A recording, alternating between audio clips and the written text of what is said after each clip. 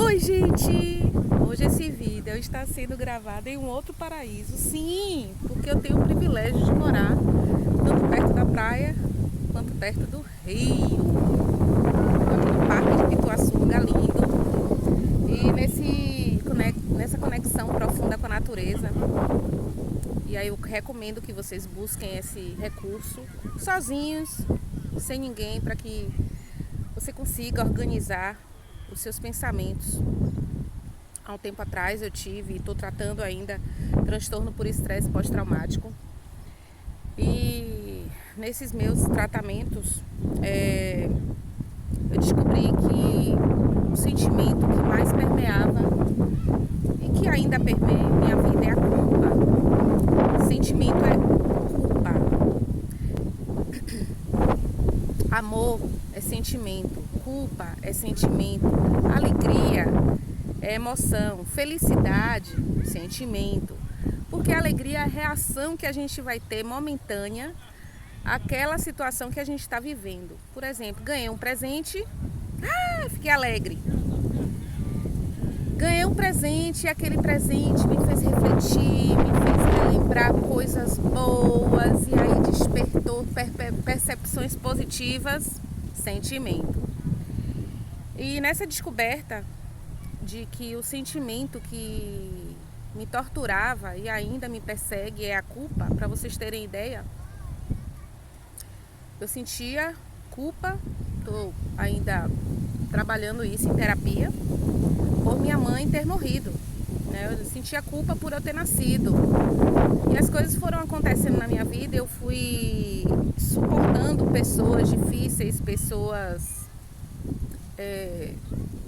que me maltratavam, ainda assim. Ontem eu falei em um vídeo sobre o perdão, que eu considero esse perdão tóxico, onde você se vê obrigada a perdoar pessoas porque simplesmente, senão você vai carregar essa culpa de carregar mágoa, e nem sempre você não perdoa, você guarda mágoa, você só não quer, você só não está disposta ainda, não está preparada ainda.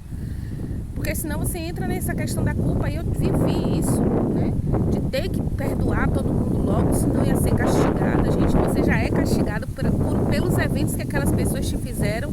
Você agora ainda vai carregar outra culpa por não conseguir perdoar naquele momento. Dá o seu tempo, tenha paciência. E é complicado quando você vive com a culpa, porque a culpa ela emperra todos os lados da sua vida. Você precisa ter um entendimento que as coisas vão dar errado. E quando derem errado, talvez seja para você rever a estratégia, talvez seja para você revisitar algumas coisas dentro de você que estão desorganizadas. Quem vive o transtorno por estresse pós-traumático revive muito pensamento catastrófico. E isso faz a gente se sentir culpado por ter aqueles pensamentos. Você não tem noção do que é viver uma doença como essa. É engraçado porque as pessoas te veem sorrindo, te veem alegre, te veem pra cima, não sabe que dentro de você o mundo está desabando. E esses pensamentos catastróficos levam você a subterrâneos cheios de lama, cheios de ratos, sonhos que você não tem, você tem pesadelos. E por isso a importância da terapia. Se você não tiver um terapeuta para pegar na sua mão nesse momento, para entender o que é que está acontecendo, você sim pode chegar ao extremo de querer acabar com aquela dor, porque na verdade a dor de estar sentindo aquilo, a culpa de estar sentindo aquilo é tamanha. E a gente vai dando permissão das pessoas fazerem isso na nossa vida, com a nossa mente. E a gente fica se sentindo culpada por querer largar aquele emprego, por querer largar aquilo que você conquistou, porque se der tudo errado, as pessoas vão te julgar. Gente, viver com a culpa, conviver com a culpa e com autocrítica e autojulgamento é terrível, vocês não têm noção. O quanto isso pode ser destrutivo. E quando você... gente, vou mostrar pra vocês aqui um passarinho, pra aqui, coisa linda, ó. Não sei se tá dando pra ver. demais. Olha que lindo, olha que lindo. Tá aqui, desde a hora que eu comecei a gravar o vídeo, que ele tá aqui comigo. Não sei se deu pra ver, porque eu virei a câmera. E aí as pessoas quando te vê, né, nesse momento pra baixo, diz que você é fraca, diz que você... E elas sequer sabem o que tá acontecendo ali. Para sair desse pensamento catastrófico, você precisa virar o disco. Lembra o disco de vinil? Eu considero o transtorno por estresse pós-traumático uma doença que é como se você estivesse vivendo, colocando um disco. Quem é da época do disco de vinil sabe, quando o disco estava arranhado, a agulha ficava pulando e ele ficava falando a mesma coisa toda hora e a gente tinha que vir dar um tapinha na agulha, senão levantar a agulha, virar o disco para parar de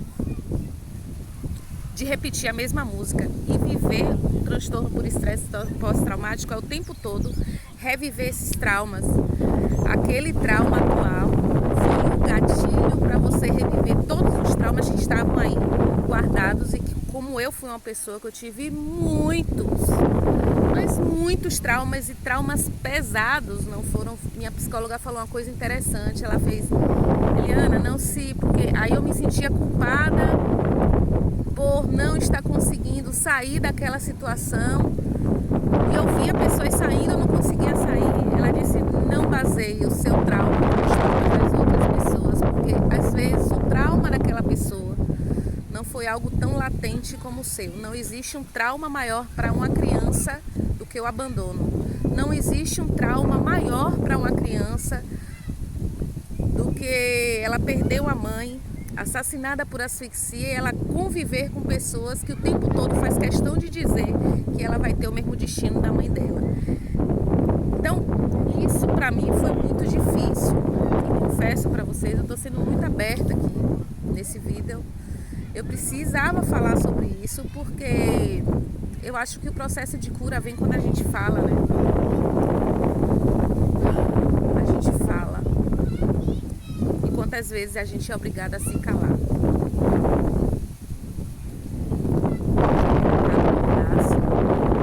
Porque supere. Se isso fosse assim, ó, fórmula mágica. Então, eu quero dizer pra você que tá passando aí por esse problema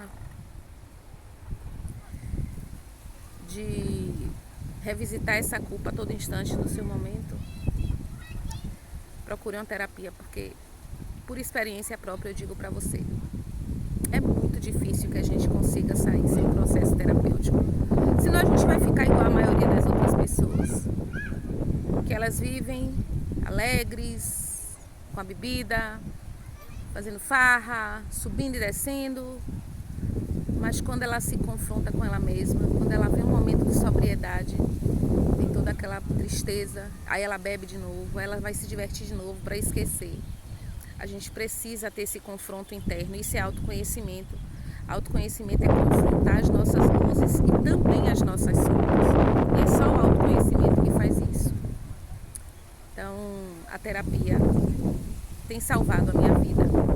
E eu tenho certeza que a terapia vai salvar